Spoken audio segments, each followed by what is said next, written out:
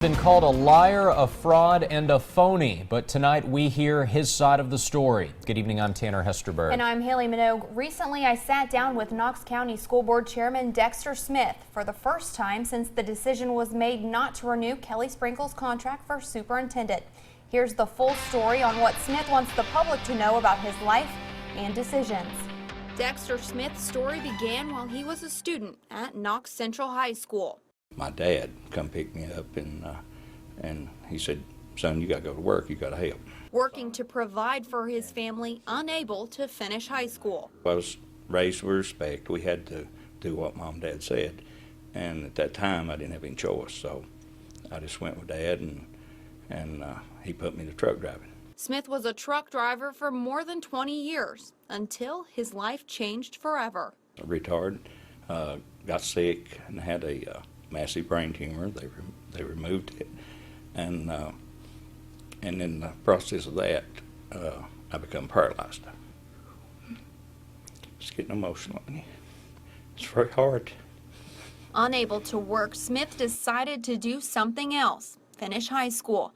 Because his wife had to work and he had no way to attend GED classes in person, he decided to take courses online. Went online, and I was doing this diploma just for me. So, not knowing if I'd ever need it or anything, it never even dawned on me. It was something for me to do. So we called several different people, and we checked out their credentials. We checked out everything that you could do online. Smith says he didn't have any plans of using the degree from Nation High School to run for a public office, but as things would turn out, he did run. And the Kentucky State Board of Elections requires a degree for anyone running for a public office. We wanted to take a closer look at the degree. Nation High School is based out of Charlotte, North Carolina. The Better Business Bureau gives the online institution Nation an F rating, saying there are concerns with the industry. The Kentucky Non-Public School Commission says a degree from Nation is not accredited. I attempted to call Nation High School, but the number was disconnected. When it come up that my high school diploma might not be good, that's what they're saying to me. And I got thinking,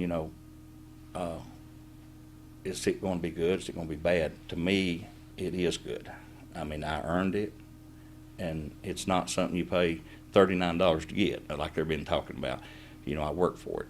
So what I decided to do was go back and get my GED to kind of stop the talk and all this stuff. Smith hopes a GED will help the community realize he never meant to misrepresent himself. I believe in all my heart that I had that. I mean, when we was filling out the papers and signing up at the clerk's office, I said, hey, I've got it, because as I've showed you today, I have it. I have the transcript, I have the diploma, and then when there was a question asked about it, then I went ahead and got the GED, and to have both. So now I have the diploma and the GED. So now that all of this has happened, how do you move forward? Where do you go from here? What we need to do is move past all this stuff here, and I know I'm going to lose several friends over it and so on, but they're still my friends. I'm not hurting anybody. We need to get over this.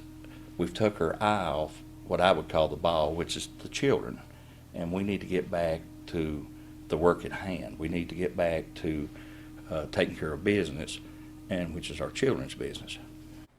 Now, we did learn earlier today Kentucky State Police are conducting an investigation involving Dexter Smith.